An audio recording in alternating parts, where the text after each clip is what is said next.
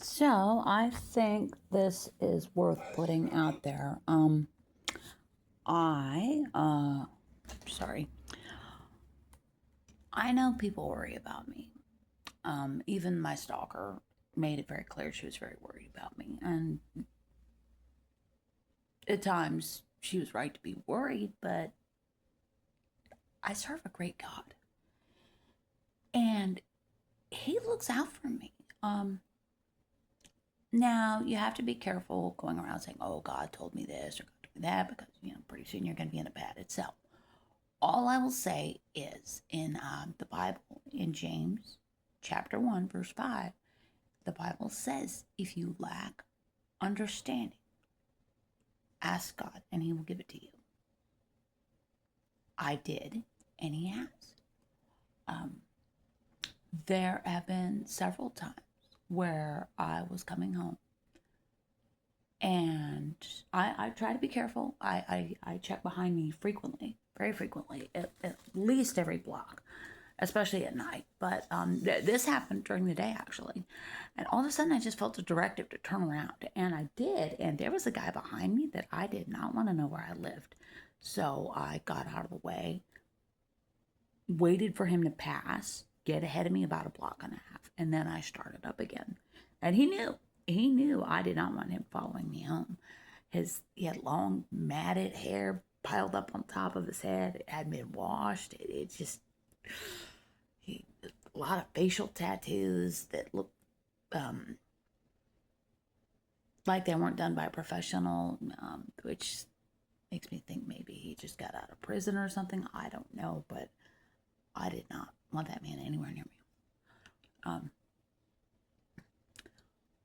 there was somebody, and not a bus driver, who was paying me some attention, and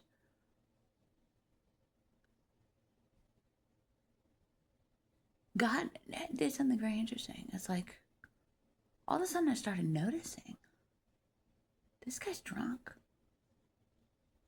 Oh, he's drunk again. Look at him. He look at him on his feet. That he looks like Ron used to, you know. And just in the store, the way he would look at the alcohol in the refrigerated case, just yearning, um, aching for it, and just there's a problem there. So I don't know, it's between him and God, and that he only spoke to me when he wanted something from me. I don't give money to people. Very, very seldom. Like 3 years ago, there was a coworker, her catalytic converter got stolen, and she had to like drop her whole paycheck on the repair. And she was, really stressed out. And she's a very proud woman. And I took her aside and I handed her 20. And she said, "What's this for?" I said, "Whatever you need." And she said, I can't pay you back. I said, "No, I don't want you to pay me back." But that was something I did on my own. She didn't ask, and she never spoke of it again. All I asked her was, "Do not tell anybody else," because I didn't want people coming to me.